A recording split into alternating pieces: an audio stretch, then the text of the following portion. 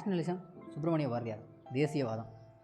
அதாவது பாரதி அப்படிங்கிறவர் ஜாதி மதம்லாம் கடந்து தமிழர்களாக இந்தியர்களாக ஒன்றிணையும் அப்படின்ற கோட்பாட்டில் இருந்தவர் தான் நம்ம பாரதியார். ஜாதி மதங்களை பாரும் உயர் ஜன்மம் இத்தேசத்தில் எய்தினராயின் வேதியராயினும் ஒன்றை அன்றி வேறு குலத்தினராயினும் ஒன்றை, எல்லாம் ஒன்று தான் அப்படிங்கிறவர் தான் நம்ம சுப்பிரமணிய பாரதியார் அப்படிங்கிறவர். இவர் ஒரு ஃப்ரீடம் ஃபைட்டர், சோசியல் ரெஃபார்மர், நம்ம தமிழ்நாட்டிலிருந்து உருவான மிகப்பெரிய தலைச்சிறந்த போராளியும் கூட, நல்ல கவிஞரும் கூட. இவரோட கவித்திறமையை பார்த்தா இவருக்கான டைட்டில் மகாகவி அப்படின்ற மிகப்பெரிய கவிஞர் அப்படிங்கிற ஒரு பொருளோடு இவர் வாழ்ந்தவர் தான், தலை சிறந்த கவிஞரும் கூட. ஏன்னா இவரோட பாடல்களை பார்த்துட்டு தான் ஆங்கிலேயர்களே இதற்கான அர்த்தம் தெரிஞ்சதுக்கப்புறம் தான் மிரண்டு போயிருக்காங்க. இந்தளவுக்கு ஒரு கவிஞரால் எழுத முடியுமா அப்படிங்கிற அளவுக்கு. இன்னொன்று, எல்லாருமே போராடினாங்க, ஆயுதமேந்தி போராடினாங்க, நம்ம பகத்சிங் மாதிரி ஆட்கள். சில பேர் அமைதி வழியில் போராடினாங்க, நம்ம காந்தி மாதிரியான ஆட்கள். ஆனால் வெறும் பாட்டாலே ஒருத்தர் விரட்ட முடியும் அப்படின்னா அது நம்ம பாரதியால் மட்டும்தான் முடியும். தமிழகத்துக்கு கிடைச்ச மிகப்பெரிய பொக்கிஷம். இவர் ஒரு பாடலாசிரியர் மற்றும் ஒரு தேசியவாதி. நாம் 1000 பிரிவுகளாக வேண்டுமானாலும் பிரிந்திருக்கலாம், ஆனால் எப்படி இருந்தாலும் அந்நிய படையெடுப்பை நியாயப்படுத்த முடியாது அப்படிங்கிறது தான் அவரோட முக்கியமான கோபமும் கூட. தமிழ் இலக்கியங்களின் ஒரு புதிய சகாப்தமே சுப்பிரமணிய பாரதியாரிடமிருந்து தொடங்கியுள்ளது எனலாம். இவருடைய பெரும்பாலான படைப்புகள் தேசப்பற்று, பக்தி மற்றும் மறைபொருள் பற்றியதாகும். பாரதியார் மிகவும் உணர்ச்சி பெருக்குள்ள கவிஞர் ஆவார். உணர்ச்சி அப்படிங்கிறது என்ன சொல்கிறது, ஒரு தேசத்து மேலே இருந்தவுடைய மிகப்பெரிய ஒரு பற்று, வெறியினே கூட சொல்லலாம். இவர் எழுதின சில நூல்கள் பார்த்தோம் அப்படின்னா கண்ணன் பாட்டு, நிலவும் வான்மீனும் காற்றும், பாஞ்சாலி சபதம் போன்றவை பாரதியாரின் மிகச்சிறந்த படைப்புகள். பாரதி ஒரு தேசிய கவிஞர் அப்படின்னு சொல்லலாம். ஏன்னா வெறும் ஒரு குறிப்பிட்ட வட்டத்துக்குள்ளே அடைபடக்கூடிய ஒரு கவிஞர் இல்லை, தேசிய கவிஞர் அப்படின்னு சொல்லலாம். ஏன்னா அதில் முழுக்க அவர் தேசப்பற்று மிக்க கவிதைகளை நிறைய எழுதியிருந்தார். அதனால தான் தேசப்பற்று இருந்ததுனால தான் சுதந்திர போராட்டத்திற்கு மக்கள் அவ்வளவு சீக்கிரமாக எழுப்ப முடிஞ்சது பாரதியாரால். இன்னொன்று, பாரதி சுதந்திரத்துக்கு போராடணும் அப்படிங்கிற மக்களை எழுப்புறது மட்டும் இல்லை, தொலைநோக்கு பார்வை, இந்தியா இன்னும் பிற்காலத்தில் இப்படிலாம் இருக்கணும் அப்படிங்கிற அளவுக்காக எழுதியிருக்காரு நம்ம பாரதியார். 1908ஆம் ஆண்டு சுதேச கீதங்கள் எனப்படும் உணர்ச்சிக்க மிக்க பாடல் தொகுப்பினை வெளியிட்டவர் நம்ம பாரதியார். இன்னொன்று, இவர் இதழாசிரியர், நிறைய இதழ்கள் நடத்தினார், இதழில் வேலை பார்க்கவும் செஞ்சார். தன்னுடைய வாழ்க்கையில் பத்திரிகைக்காக நிறைய விஷயங்களை செலவு பண்ணார். தன்னுடைய வாழ்க்கையை ஒரு பத்திரிகையாளர் மற்றும் துணையாசிரியராக சுதேசமித்திரன் அப்படிங்கிற பத்திரிகையில் முதல்ல 1904 வேலையை தொடங்கினார். அதுக்கப்புறம் தான் 1906ஆம் ஆண்டு மே மாதம் இந்தியா எனப்படும் ஒரு புதிய நாளிதழ் தொடங்கப்பட்டது. இது பிரெஞ்சு புரட்சியின் 3 முக்கிய முழக்கங்களான சுதந்திரம், சமத்துவம் மற்றும் சகோதரத்துவம், இதுதான் குறிக்கோளாக இருந்தது இவரோட பத்திரிகை. இது இந்தியாங்கிற பத்திரிகை. இந்திய பத்திரிகை துறையில் ஒரு மிகப்பெரிய தாக்கத்தை ஏற்படுத்துது. புரட்சிகரமான புதிய முயற்சியாக தோன்றியது. தனது புரட்சிகரமான முனைப்புகளை வெளியிடுவதற்கும் பாரதியார் அவர்கள் வார இதழை சிகப்பு தாளில் அச்சிட்டு பிரசுரித்தார். எல்லாரும் நார்மலாக நியூஸ் பேப்பர் இருக்கிறதால இவர் சிகப்பில் வெளியிட்டிருக்காரு. ஏன்னா வறுமை நிறம் சிவப்பு அப்படிங்கிறத கூட இருக்கலாம். அது மட்டும் இல்லாமல் கம்யூனிசத்தோட சித்தாந்தத்தோட கலரும் சிவப்பு தான். அதே மாதிரி இந்த இந்தியா அப்படிங்கிற பத்திரிகையில் தான் முதல்ல அரசியல் கேலி சித்திரத்தை வெளியிட்டது நம்ம பாரதி தான். இந்தியாவிலே ஃபர்ஸ்ட் கார்ட்டூனிஸ்ட் அப்படின்னு கேட்டால் நம்ம பாரதி தான். அது எந்த பத்திரிகை அப்படின்னா இந்தியா அப்படிங்கிறது பொலிட்டிக்கல் கார்ட்டூனிஸ்ட், அரசியல் கேலி சித்திரத்தை வெளியிட்டவர். அதுபோக விஜயா அப்படிங்கிறதுல தமிழ் பத்திரிகையில் பதிப்பாசிரியராக இருந்திருக்காரு. பாலபாரதம் என்கிற ஆங்கில மாத இதழையும், பாண்டிச்சேரியில் சூரியோதயம் அப்படிங்கிற உள்நாட்டு வார இதழையும் வெளியிட்டார். இந்தியா என்கிற இதழின் பதிப்பாசிரியராக இருந்து செயல்பட்டதனால் பாரதியாருக்கு கைது ஆணை பிறப்பிக்கப்பட்டது. ஏன்னா பொலிட்டிக்கல் கார்ட்டூனிஸ்ட் நிறைய விட்டதுனால அவருக்கு கைது ஆணை பிறப்பிக்கப்பட்டது. இதனால் நிலம் ரொம்ப மோசமாச்சு. இவர் என்ன பண்ணிட்டார், நேராக பாண்டிச்சேரி போயிடுவார். இங்கே எந்த பிரச்சனை நடந்தாலும் சரி இவர் எஸ்கேப் ஆகிறது பாண்டிச்சேரிக்கு தான். ஏன்னா அங்கே போய் சேஃபாக இருந்தது. ஏன்னா அங்கே பிரெஞ்சோட ஆட்சி இல்லையா, அதனால் பிரிட்டிஷ்க்கு ஃப்ரெஞ்சுக்கு ஆல்ரெடி ஆகாது. இதனால் இவர் அங்கே போயிடுவார். இதுதான் இந்தியாங்கிற பத்திரிகை. பாரதியாரின் வாழ்வில் பல்வேறு சாதகமான சூழ்நிலைகள் ஏற்பட்டன. இதன் மூலம் பல தலைவர்களை சந்திக்கவும் சுதந்திர போராட்டத்தில் ஆயுதமேந்திய இயக்கத்தின் தலைவர்களான அரவிந்தோ, லாலா லஜ்பத் ராய் மற்றும் விவிஎஸ் ஐயர் ஆகியோரையும் பாண்டிச்சேரியில் தஞ்சம் இருக்கும் பொழுது சந்தித்தார். எல்லாத்தையும் சந்திக்கிறதுக்கான வாய்ப்பு கிடைச்சது. ஏன்னா இவர் மிகப்பெரிய ஒரு பத்திரிகை ஆசிரியராக இருந்தார், எல்லாத்துக்கும் தெரியக்கூடிய அளவு இருந்தார். மிகவும் ஆதாயத்திற்குரிய பாரதியாரின் வாழ்க்கை என்பது பாண்டிச்சேரியில் 10 வருடம் அவர் தங்கியிருந்த காலம்தான். தமிழ் இளைஞர்களை ஒன்று திரட்டி தேசிய பாதைக்கு இட்டுச் சென்றார். பாரதியாரின் படைப்புகள் ஆங்கிலேய அரசுக்கு மிகவும் எரிச்சலூட்டின. இவரின் எழுத்துக்கள் மூலம் தாய்நாட்டு பற்றி தமிழ் இளைஞர்களிடம் விதைத்தார். எழுத்து அப்படிங்கிறது வெறும் வாசிப்பதற்கு மட்டுமான எழுத்தாக இருந்துடக்கூடாது, வாழ்வதற்கு ஏற்ற எழுத்தாகவும் இருக்கணும். அதனால தான் இளைஞர்களின் அடிமைத்தனத்தை போக்குவதற்கு இளைஞர்களால் மட்டும்தான் சரி பண்ண முடியும்னு சொல்லி இளைஞர்களை எழுப்புறதுக்கான எழுத்துக்களை எழுதினவர் தான் நம்ம பாரதியார். 1910ஆம் ஆண்டு சென்னையில் ராஜாஜி வீட்டில் மகாத்மா சந்தித்தார். அப்போ சந்திக்கும் போது தான் எனக்குன்னு ஒரு மீட்டிங் இருக்குது, நீங்கள் வரணும் அப்படின்னார். பாரதியார் ஆங்கிலேயர் ஆட்சிக்கு உட்பட்டிருந்த இந்தியாவிற்கு அருகில் 1918ஆம் ஆண்டு கடலூரில் நெருங்கினார். அப்போது அவர் கைது செய்யப்பட்ட அவர் சிறையில் இருக்கும் பொழுது தன்னுடைய நேரத்தை சுதந்திரம், தேசியவாதம் மற்றும் நாட்டு நலத்தை பற்றிய கவிதைகள் எழுதுவதற்கு செலவிட்டார். காந்தியை சந்திக்கும் போது தான் இங்கே வரணும் அப்படிங்கிறார் மீட்டிங்க்கு. அப்போது அவர் என்னால் அந்த நேரில் வர முடியாது, மீட்டிங் மாற்றி வைக்க முடியுமான்னு கேட்குறாரு. பாரதி என்ன சொல்கிறாருன்னா, என்னால் மீட்டிங் மாற்றி வைக்க முடியாது, முடிஞ்சதுன்னா நீங்கள் வாங்க, இல்லைனா இன்னொரு முறை வரும்போது அந்த மீட்டிங் வாங்க அப்படின்னு சொல்லிட்டு அவர் பாட்டுக்கு நேரத்தில் மாற்ற முடியாதுன்னு சொல்லிட்டு போயிட்டார். அந்தளவுக்கு ஒரு திமிரான ஒரு கவிஞரும் கூட நமக்கு. பாரதியார் தன்னுடைய இளமை காலத்தில் தமிழ் தேசிய தலைவர்களிடம் நல்ல உறவுகளை ஏற்படுத்தினார். குறிப்பாக வ.உ.சி., சுப்பிரமணிய சிவா, மண்டபம் திருமலாச்சாரியார் மற்றும் சீனிவாச்சாரி போன்றவர்களிடம் நல்ல உறவை வளர்த்தார். நல்ல பெரிய பெரிய ஆட்களோட பழக்கம் வரும்போது அவரோட வாழ்வியல் அப்படிங்கிறது மிகச்சிறப்பாக இருக்கும். இந்த தலைவரிடம் ஆங்கிலேயர்கள் ஆட்சியினால் ஏற்படும் பிரச்சனைகள் பற்றி விவாதித்தார். அப்போ தான் அவருக்கு தெரிஞ்சது நம்மளோட அடிமைத்தனம் என்ன அப்படிங்கிறது.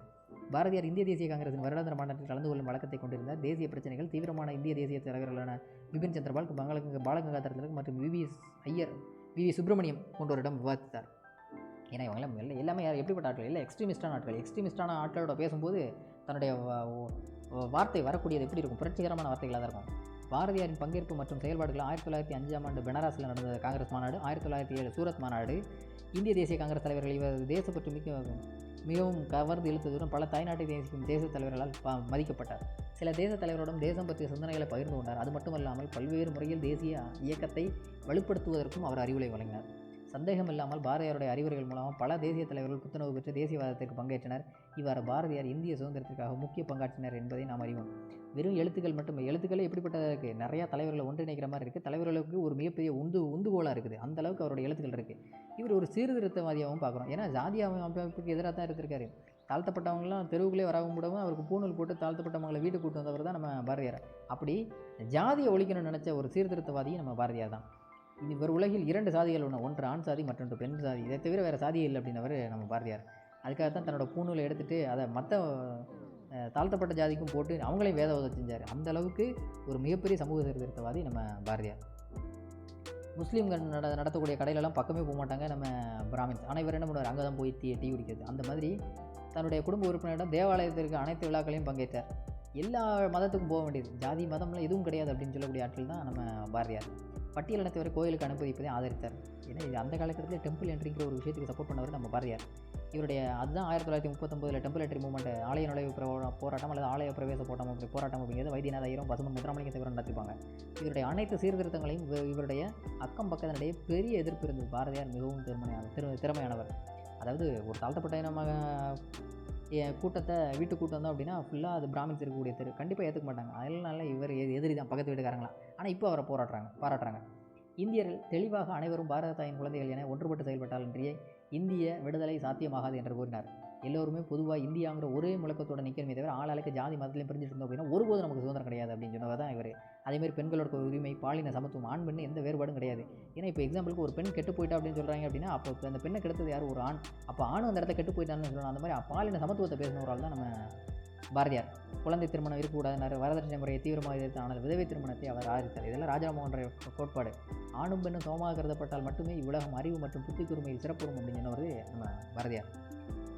ஏன்னா ஆணும் பெண்ணும் சமம் தான், ஈக்குவல் தான் அப்படிங்கிறது தான் அவரோட கான்செப்டும் கூட. ஒரு தொலைநோக்கு சிந்தனையாளராக பாரதியார் எப்படி இருந்திருக்காரு அப்படின்னா, இவர் ஏற்கனவே நம்ம பார்த்துருக்கோம், ஒரு கவிஞராக பார்த்துருக்கோம், பத்திரிகை எழுதக்கூடியவராக இருக்கார், சுதந்திர போராட்ட வீரராக இருக்கார், அதுபோக சமூக சீர்திருத்தவாதியாக இருக்கார். அது மட்டும் இல்லாமல் தொலைநோக்கு சிந்தனை பார்வையாளராகவும் இருந்தார். தமிழக சமுதாயத்தில் மிகப்பெரிய தாக்கத்தை ஏற்படுத்தியவர். இவர் சொன்னதை செய்து காட்டியவர் இவரின் உயர்வை காட்டுகிறது. இவருடைய தொலைநோக்கான முன்கணிப்பு போல அடுத்த 25 ஆண்டுகளில் இந்தியா சுதந்திரம் பெற்றது. ஏன்னா சுதந்திரம் பெற்றுவிட்டோம் அப்படின்னே ஒரு பாட்டு எழுதினவர் சுதந்திரம் பெற முன்னாடி. அந்த அளவுக்கு அவரோட தொலைநோக்கு சிந்தனை.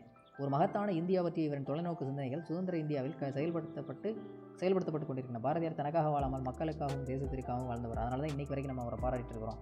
தன் ஆகையால் தான் மரியாதையுடன் இவரை பாரதியார் என போட்டுகின்றனர். பல ஆண்டுகளுக்கு பிறகும் சுப்பிரமணியம் பாரதியார் இந்திய சுதந்திரத்தின் சின்னமாகவும் தமிழ் தேசியவாத அதிர்வலையை ஏற்படுத்தியவராகவும் விளங்குகிறார். அதே மாதிரி அடுத்து இவரை மாதிரி இன்னொருத்தர் இருக்கார். அவர் தான் பொது உடைமை கோட்பாளரான சிங்காரவேலர் அப்படிங்கிறவர். இவர் சுதேசி மற்றும் தன்னாட்சி இயக்கங்களால் நாடு முழுவதும் விடுதலை உணர்வு பரவியதுக்கு காரணம் நம்ம சிங்காரவேலரும் கூட.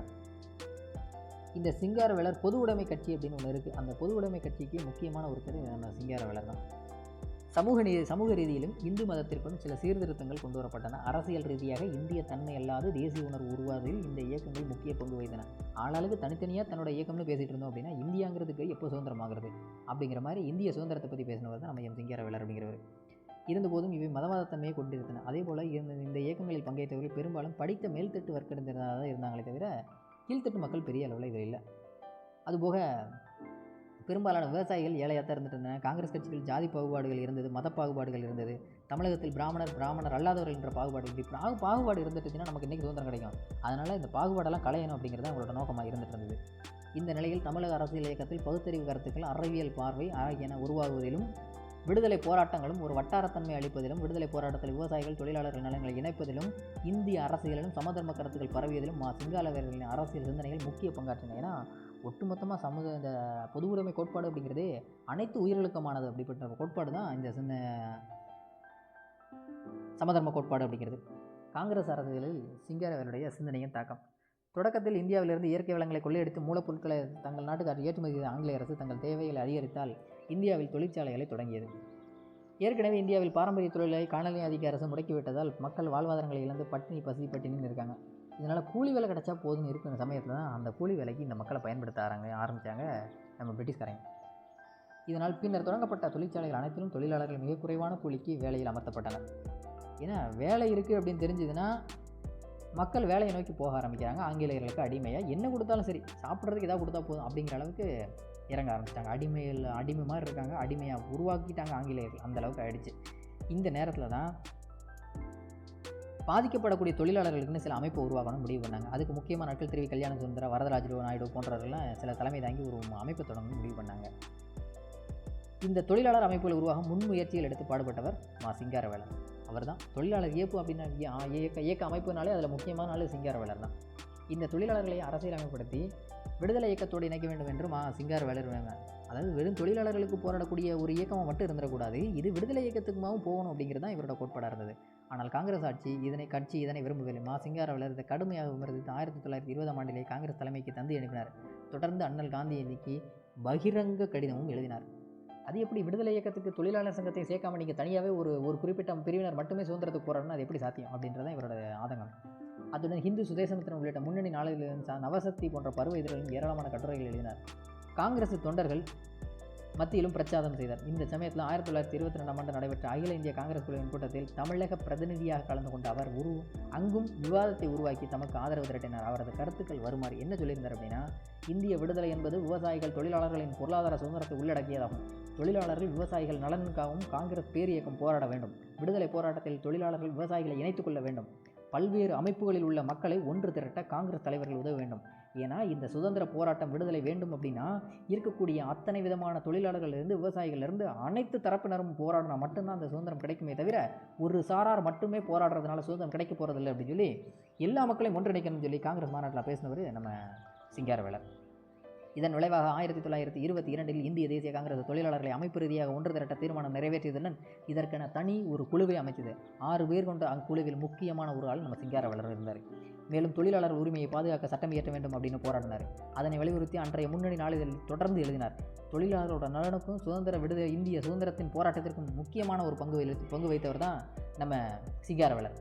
இது போன்ற முயற்சிகளின் பலனாக முதன்முறையாக 1926இல் தொழிலாளர் நலன்களை பேணும் சட்டம் இயற்றப்பட்டது. இதே போல காங்கிரஸ் தலைவர்கள் அந்தந்த வட்டார மொழிகளில் பேசினால் விடுதலை கருத்துக்கள் மக்களை சென்றடையும் என்பதுடன் மக்களுக்கு காங்கிரஸ் பேரியத்துக்கும் இடையே நெருக்கம் உருவாகும் என்று சொன்னார். ஏதாவது இப்போ இந்த தமிழ்நாட்டில் ஒரு போராட்டம் நடக்கு அப்படின்னா வடநாட்டிலிருந்து வந்த ஒருத்தர் ஹிந்தியில் பேசினார், இந்த மக்களுக்கு எழுச்சி விட்ட முடியாது. அப்போ இங்கே இருக்கக்கூடிய லோக்கல் லீடர்ஸ் அவங்களோட வட்டார மொழியில் பேசும்போது மட்டும்தான் சுதந்திரம்னா என்ன, இந்திய தேசம்னா என்ன, ஆங்கிலேயர்கள் நம்மளை எப்படி அடிமைப்படுத்திருக்கிறாங்க அப்படிங்கிறது தெரியும் இல்லையா? அதற்காகத்தான் வட்டார மொழியில் காங்கிரஸ் தலைவர்கள் பேசும்போது தான் காங்கிரஸ் கட்சிக்கும் மக்களுக்குமான நெருக்கம் அதிகமாகும் அப்படின்னு பேசினார். மக்கள் பிரச்சனைகளை பொதுமக்களிடம் பேசும்போது தமிழ் மொழியிலே பேச வேண்டும், தமிழ் மக்கள்கிட்ட தமிழ் மொழியில் பேசணும் அப்படிங்கிறதான். இதையொட்டி 1918 சென்னை மாகாண சங்கத்தில் இது குறித்து தீர்மானம் நிறைவேற்றப்பட்டது. இந்த மாநாட்டத்தில் சிங்காரவேலர், ஈவேரா பெரியார் ஆகியோர் கலந்து கொண்டனர். சுயமரியாதை பொதுவுடைமைவாதம் இயக்கங்களின் மீதான சிங்காரவேலரின் தாக்கம். இங்கே தமிழ்நாட்டில் மிகப்பெரிய ஒரு பிரச்சனை இருந்தது. பிராமணர் அல்லாத ஒரு பாகுபாடு அப்படிங்கிறது காங்கிரஸ் கட்சியில் இருந்த பிரச்சனை. இதை கண்டித்த போது தான் பெரியார் அங்கிருந்து விலகி வந்தார். இதை சிங்காரவேலர் ஆதரித்தார். சோவியத் ஒன்றியம் சென்று வந்த ஈவேரா பெரியார் அதன் தாக்கத்தில் பொது உடைமை கருத்துக்களை ஏற்றுக்கொண்டு அதாவது சோவியத் யூனியனுக்கு போயிட்டு வந்தார் பெரியார். வந்ததுமே என்ன பண்ணிட்டார் அப்படின்னா இங்கே வந்து சிங்காரவேலரோட டிஸ்கஸ் பண்ணுறாரு. உண்மையில் இந்த சமதர்ப்ப கோட்பாடு அப்படிங்கிறது நல்லா தான் இருக்குது, நாமளும் உங்களோட இயக்கமும் நீங்களும் சிங்காரவேலரும் பெரியாருமா சேர்ந்து நாமளே ஒரு இயக்கத்தை தொடங்கினா என்ன அப்படிங்கும்போது தான் சுயமரியாதை சமதர்ம கட்சி அப்படின்னு ஒரு கட்சியை தொடங்கினாங்க 2 பேர் சேர்ந்து. அதற்கான ஒரு 14 அம்ச திட்டத்தை உருவாக்குனாங்க. அந்த 14 அம்ச திட்டத்தை அப்போது ஆட்சியில் இருந்த நீதி கட்சி அப்படிங்கிறது அந்த 14 அம்ச கோட்பாட்டையுமே நடைமுறைப்படுத்தினது. அதற்கான கொள்கை திட்டங்களை வகுப்பதில் சிங்காரவேலர் உறுதுணையாக நின்றார். இந்த அமைப்பு தமிழ்நாடு முழுவதும் பரவ சிங்காரவேலர் அயராது பாடுபட்டார். பெரியார் நடத்தின குடியரசு அப்படிங்கிற உள்ளிட்ட இதழ்கள் மூடநம்பிக்கைகளுக்கு எதிராக ஏராளமான கட்டுரையும் எழுதினாலும் நம்ம சிங்காரவேலர். இந்த அவர் எழுதக்கூடிய 8 கட்டுரைகள் அப்படிங்கிறது மக்களுக்கு புரியக்கூடிய எளிய நடையில் இருக்கக்கூடிய தமிழ் மொழியில் இருந்தது. பெரிய காம்ப்ளிகேட்டடான தமிழ் எல்லாம் எதுலையுமே இல்லை. மா. சிங்காரவேலர் பொதுமுடைமை தத்துவத்தில் ஆழமான நம்பிக்கை கொண்டவராக இருந்தார் மா. சிங்காரவேலர். காங்கிரஸ் பேரியக்கம் தொழிலாளர் அமைப்புகளை ஆதரிக்க வேண்டும் என்று 1920 தலைமைக்கு தந்தி அனுப்பினவர் காந்தி நம்ம சிங்காரவேலர் தான். அது சென்னை சமதவாதிகள் சார்பில் அனுப்பப்படுவதாக அதில் தெரிவித்திருந்தார். அகில இந்திய காங்கிரஸ் குழுவின் கூட்டங்களிலும் மாநாடுகளிலும் பொது உடைமை பிரதிநிதியாகவே வாதிட்டார். அதாவது காங்கிரஸ் மாநாடாக இருந்தாலும் சரி, அங்கே ஒரு காங்கிரஸோட மெம்பராக போகிறத காட்டிலும் பொதுவுடைமைவாதியாக தான் இவர் அங்கே இருந்தார். தொழிலாளர்களுக்கு பலமாக திகழ்ந்த சென்னை நகரில் இந்தியாவின் முதல் உழைப்பாளர் தினத்தை 1920 அந்த மே தினம் அப்படிங்கிறத இவர் தான் அறிமுகப்படுத்தினார். அப்போது லீகலாகல, பின்னால் தான் லீகல் ஆச்சு. அதே நாளில் தொழிலாளர்கள் விவசாயிகளின் கட்சி அமைக்கப்படுவதாகவும் அதே நாளில் தொழிலாளர்களுக்கும் விவசாயிகளுக்கும் சேர்ந்து லேபர் கிசான் பார்ட்டி அப்படிங்கிற ஒன்றை தொடங்கினார். தொழிலாளர் விவசாய கட்சி அப்படிங்கிற ஒரு கட்சியை தொடங்கினார். அந்த கட்சியின் குறிப்பிடத்தக்க கோரிக்கைகள் என்னவாக இருந்தது அப்படின்னா 8 மணி நேர வேலை, சங்கம் அமைக்கக்கூடிய உரிமை. ஏன்னா சங்கம்னு ஒன்று இருந்தால் தான் தவறு நடந்தால் அங்கே தவறு இழைக்கும் போது அதை எதிர்த்து கேள்வி கேட்க முடியும். தங்கள் கோரிக்கைகளை வென்றெடுக்க கடைசி ஆயுதமாக வேலை நிறுத்தம் செய்யும் உரிமை, இது 3மே வேண்டும் சொல்லி கேட்டிருந்தார். கோரிக்கைகளை பரிசீலிக்க முத்தரப்பு பேச்சுவார்த்தை குழு, குறைந்தபட்ச ஊதியம், அடிப்படை வசதிகளுடன் கூடிய சுகாதாரமான குடியிருப்பு வசதி, மருத்துவம் மற்றும் ஆயுள் காப்பீடு, வருங்கால வைப்பு நிதி, சம்பளத்துடன் கூடிய ஈட்டிய விடுப்பு, இலவச மருத்துவ உதவி, பேறுகால விடுப்பு, ஒப்பந்த முறை ஒழிப்பு, அதே மாதிரி விவசாயிகளுக்கு பார்த்தோன்னா இலவச நீர்ப்பாசனம், ஜமீன்தார் முறை ஒழிப்பு, பொதுமக்களுக்கு அனைவருக்கும் வாக்குரிமை, அடித்தட்டு மக்கள், தொழிலாளர்கள், விவசாயிகள் போன்ற தேர்தலில் போட்டியிட அனுமதி. இது இவ்வளவும் கேட்டிருந்தது தான் நம்ம மா. சிங்காரவேலர். உண்மையிலே மிகப்பெரிய விஷயம் அந்த காலகட்டத்தில்.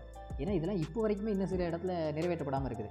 1925 கான்பூர் நகரில் இந்தியாவின் முதல் பொது உடைமைவாத மாநாடு நடந்தபோது அதுக்கு தலைமையேற்று நடத்தினவரும் நம்ம சிங்காரவேலர் தான். அப்போது வன்முறையற்ற மார்க்சிய பாதையே சரி என்ன அப்படின்னு வலியுறுத்தி பேசினது நம்ம சிங்காரவேலர் தான். இந்தியாவுக்கேற்ற மார்க்சிய பாதையை திட்டமிட வேண்டும் என்றும் கேட்டுக்கொண்டார். 1925 கான்பூரில் நடந்தபோது அதற்கு தலைமையேற்று நடந்ததும் சிங்காரவேலரோட வாழ்வும் சமூக பணியும் எப்படி இருந்தது? இளம் வயதிலேயே இந்து மதத்தில் நிலவும் வர்ண அமைப்பிலும் மூட நம்பிக்கையிலும் அவருக்கு பெரிய அளவில் நாட்டம் இல்லை. 1890களிலே பௌத்த மத சங்கம் அமைத்து வர்ண அமைப்புக்கு மூட நம்பிக்கைகளுக்கு எதிராக பரப்புரை செய்தவர் நம்ம சிங்காரவேலர் தான். வசதி மிக்க குடும்பத்தில் பிறந்திருந்தாலுமே சட்டம் பயின்றிருந்தாலும் சென்னை மாநகராட்சி மன்றத்தில் உறுப்பினராகவும் அதன் சுகாதார குழுவிலும் பணியாற்றினார். ஆரம்ப காலகட்டத்திலே நம்ம அரசு சார்ந்த விஷயங்களில் இருந்தவர் தான். குடிசை பகுதியில் கொள்ளை நோய் தாக்கம் அதிகமாக இருந்ததால் சுகாதாரம், கல்வி ஆகிய பிரச்சனைகளுக்கு முன்னுரிமை அளிக்கணும்னு முயற்சி பண்ணார். தொடர்ந்து குடிசை பகுதியில் வாழ்ந்தக்கூடிய தொழிலாளர்கள் உரிமைகளுக்கு அடிக்கடி பேசினவர் இவர் தான். அதுக்கப்புறம் தான் சுயமரியாதை இயக்கத்தில் சேர்ந்தார். 1925 பெரியார் தொடங்கப்பட்ட சுயமரியாதை இயக்கத்திலையும் சேர்ந்தார். 50 வயதை கடந்த அப்புறம் தான் அரசியலில் இறங்கினாலுமே 30 ஆண்டுகளுக்கு மேலாக முதுமையையும் பொருட்படுத்தாமல் பகுத்தறிவு மற்றும் பொது உடைமை கருத்துக்களை விடாமல் பிரச்சாரம் பண்ணவர் நம்ம சிங்காரவேலர் தான். அதனால தான் இவருக்கான சில டைட்டிலும் இருக்குது. தென்னிந்திய பொது உடைமை இயக்கத்தின் தந்தை அப்படின்னு இவரை சொல்லலாம். அதே மாதிரி செந்தன சிற்பி அப்படிங்கிறதும் சொல்லலாம். தென்னிந்தியாவின் முதல் கம்யூனிஸ்ட் அப்படின்னு சொல்லலாம். தொழிலாளர்களின் விடிவெளி அப்படின்னு சொல்லலாம் நம்ம சிங்காரவேலர். ஓகேவா? அடுத்து நம்ம பார்க்கக்கூடிய மிகப்பெரிய தலைவர் தந்தை பெரியார். அவரை நம்ம அடுத்த வீடியோவில் பார்க்கலாம். ஓகே, நன்றி.